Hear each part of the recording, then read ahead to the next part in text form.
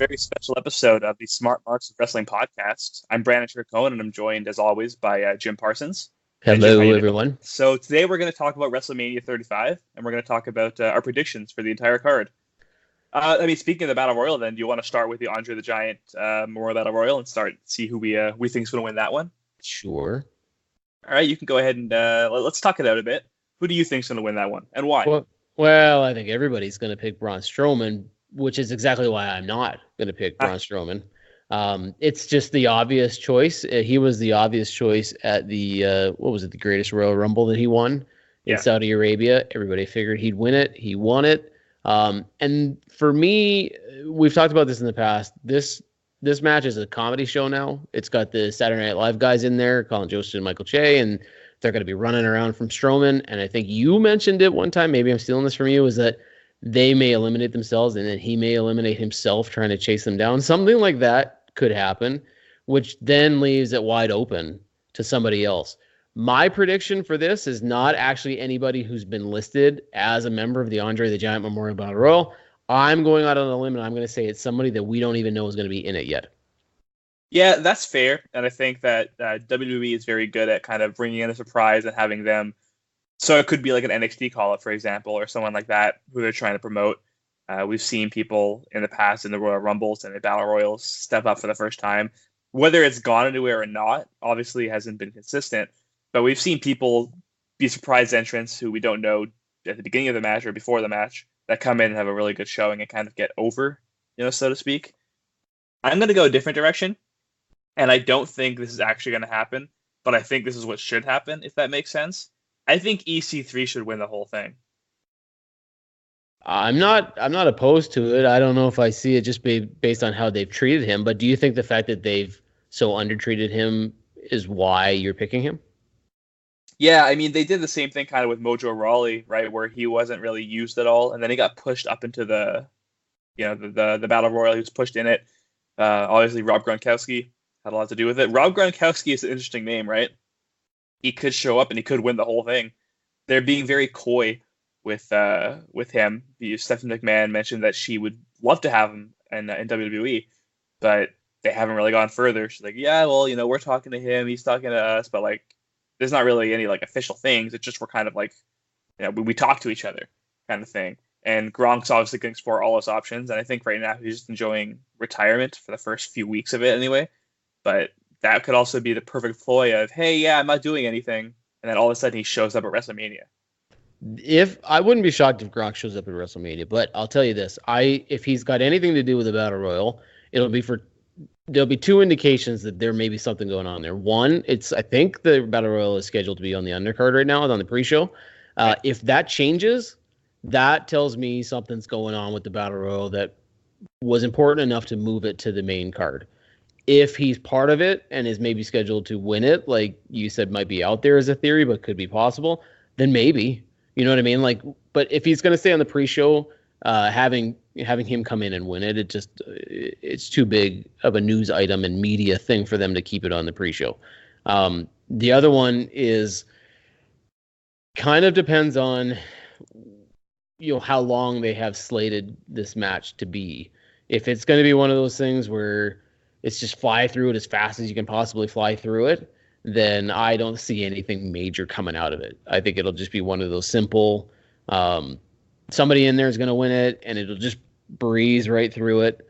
And then, you'll have somebody like, Titus O'Neil, who couldn't even get into the ring at the Greatest Royal Rumble, might win the whole thing, right? So I got EC3. You've got someone that we haven't heard from yet.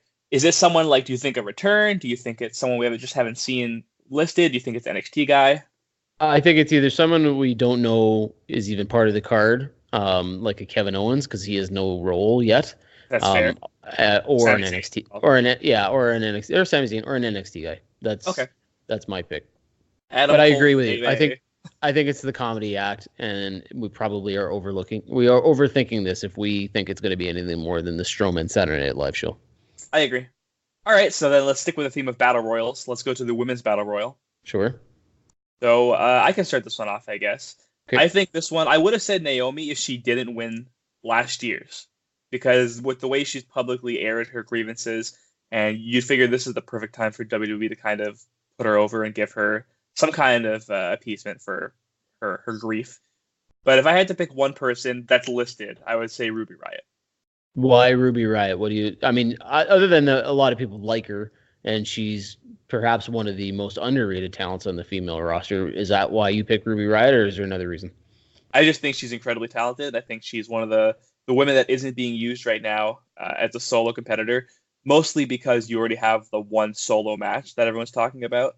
There's no second women's single match because both champions are in the exact same match. So I think this is a way for Riott to kind of stay on top while not really doing anything, if that makes sense. Right now, she doesn't have anything specifically going on.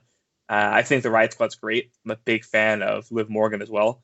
I think she's a little green, but I think she has very good character work, and I think she's better than people give her credit for. I mean, this one could go anywhere, right? Like, who are you thinking? Because I've got a few ideas for it, but Ruby Riott's the one that really sticks out to me.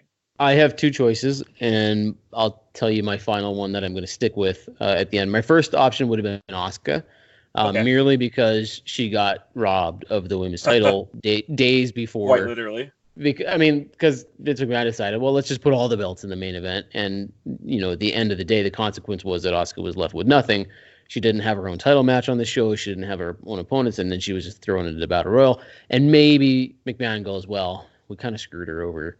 So let's give her the win at the Battle Royal. That said, I'm not going with that because Asuka has won Royal Rumbles and other types of Battle Royals, and she was highlighted on the final edition of SmackDown in that 18-person tag match where she was the final person in the ring, and that usually tells you she's not going to win. My actual pick is Sonya Deville.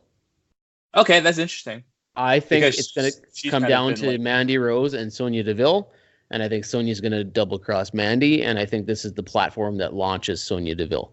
I think she has the skill, the type of character and persona that you could really kind of see people getting behind. She's kind of like the halfway tweener between a wrestler and an MMA person. I think she's got the LGBT community stuff that she's got going on with her as well, and I think that's a huge promotional piece for WWE. I just see her as a marketing, opportunity for WWE, and I also see her as somebody who can back it up. So she's got the skill in the ring. And the idea of Sonya Deville and Mandy Rose has maybe sort of subtly been hinted at that these two might have a little friction. They use these battle royals all the time to break up partnerships. And why not do that and make Sonya the winner? Yeah, my only issue with Sonya being the potential winner is I think that WWE is really going to try and push the like a 4 horsewomen versus 4 horsewomen thing in the next year or two. And with so many other, all the other horsewomen are officially in NXT/WWE, right?